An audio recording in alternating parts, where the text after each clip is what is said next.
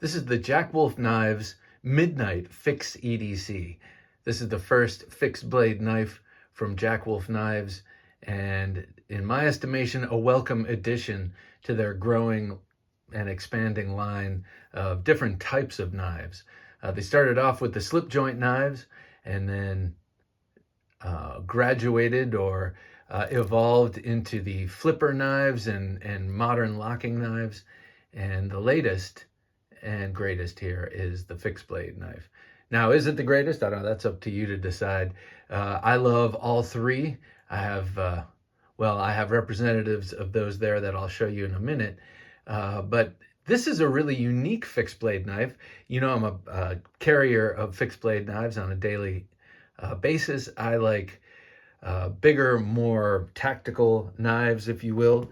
I frequently carry knives like this, larger, meant for larger EDC tasks or self-defense kind of thing.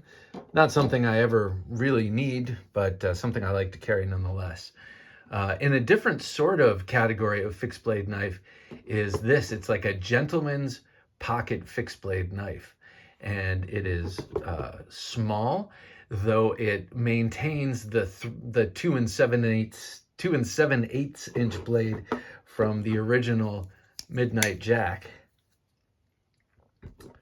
So this is from the original run of the Midnight Jack, and as you can see here, the blades are the same shape, same length, larger choil on this one, some very, very slight differences. Of course, the finish on this one is a stone wash and a satin on the swedge there, but you still have the same super thin hollow ground sheep's foot blade here, but in a smaller overall package.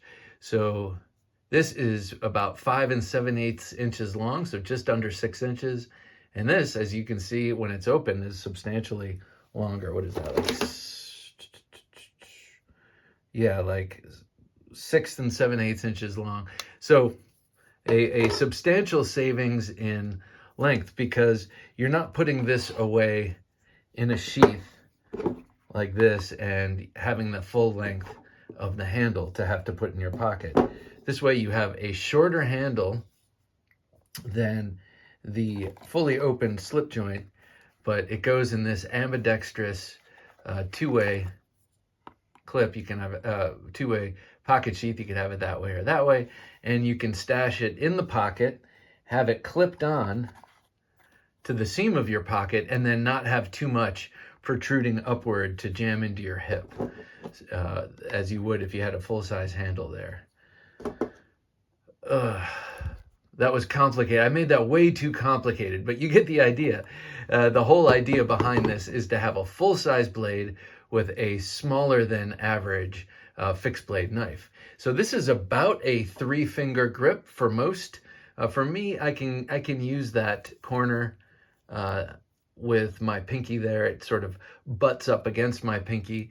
But for many of you for whom this will be a 3-finger grip, there's a hidden lanyard post there just on that side, and you can add a little fob, which I really like. It sort of adds to the gentlemanliness to the knife.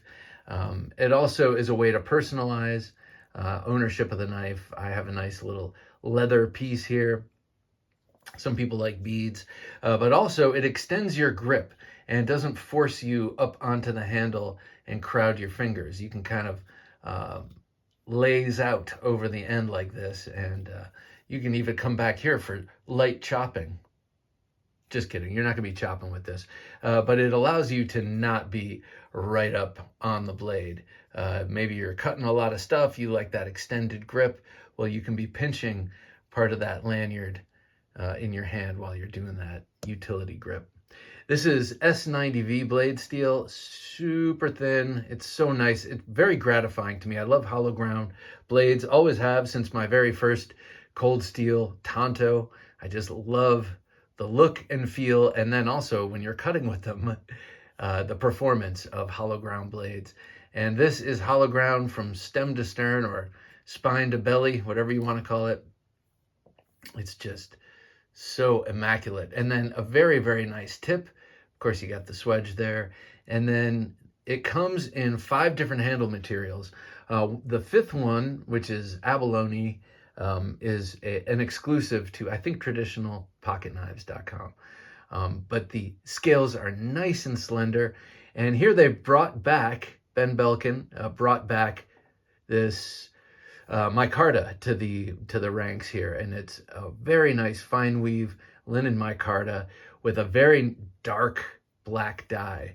Oftentimes you'll get micartas that don't get as saturated. This is a very nice one, actually, but I've had some micartas where they purport to be black, but they just end up being gray the whole time. This is nice and black through and through.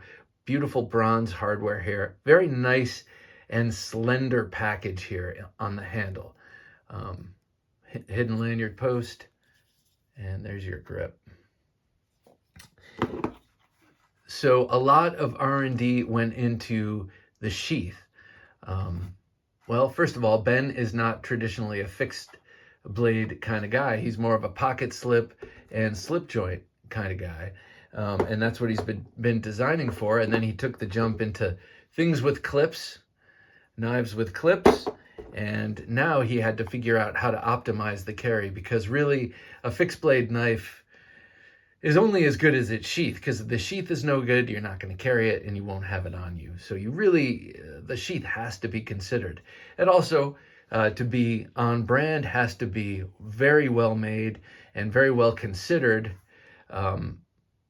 and less generic than the pocket slips that accommodate all these knives, because you have a particular blade shape, that sheep's foot blade shape, and you want something that can go in any pocket, which means the blade has to be able to orient in either direction. So after trying different leathers, lots of different qualities of leather, this is very supple but stout at the same time. Supple, as you can see from the texture, but it's not floppy in any way. It's nice and rigid, especially with that welt going, that third layer going around this way. I love the stitching. I love the Jack Wolf embossment. Such a cool logo. And this right here, super stout and retentive pocket clip here. I know that Ben searched high and low and found one that really anchors into the pocket nicely, because there's nothing worse than a faulty pocket clip or something that's more akin to a boot knife clip, and you draw the blade out and the whole thing just comes out in your hand, and you're like, oh, whoops, I did not intend to drop that. But, could happen like that. So this is anchored firmly in the pocket, and I have been carrying it in my back pocket quite a bit, my back left pocket. I do find that with jeans up front, this is low enough that it doesn't stab, but I've also found that my personal propensity with a sort of pouch-like sheath like this, and by that, this is like a pouch-like sheath, I tend to just like push it in to make sure it's seated in there properly. And you don't have to do that with this. This, of course, is an outdoor knife. You don't want to lose this while you're out camping or something. You don't want to lose this either, but it doesn't need to be pushed and wedged in there. And I did one day absent-mindedly do that and ended up pushing it just a little bit of the tip through there, through one side. Now I can't find where I did it, but it can be done, so just be gentle with it. It goes into about there, so it shows about a little bit less than half the handle, and there it sits. Speaking of sitting, I've been sitting on this a lot, and actually the sheath is beginning to bend a little bit in a direction I don't want it to, so I might go back to front pocket carry. I like it in the back pocket. I carry a lot of my slip joints in the back pocket so that the slip gets pressed by my body weight basically and adheres and forms around the knife. Let me show you the packaging here, because of course it's a different setup, so it required different packaging. Instead of the tube, he went with I keep saying he, Ben Belkin and Jack Wolf Knives went with something that resembles a DVD package from the old days, and then you flip it over, and this is what the movie was about, and this looks just like an old DVD cover. It's very cool. There's the knife itself. This slides out of the jacket, and then you have a magnet with a sort of velveteen foam here. Everything sits in there. There were stickers here. Here are the stickers. No pog, and different setup. And by me, totally fun. I like this. I like this setup because the wolf looks like something. This looks like a cover. Reminds me of a cover from from the 90s. We'd go to the Blockbuster Video on Friday night and pick out movies. Usually, I didn't get anything that looked like this because. Well, actually, American Werewolf in London I owned. That was my favorite. Probably my favorite horror movie until I discovered The Shining and The Exorcist. Anyway, I like the presentation of that box. Very cool. Here it is with the original Midnight Jack. Size-wise, as I was showing you before, it's the same. In terms of, here, let me go like this so this can line up.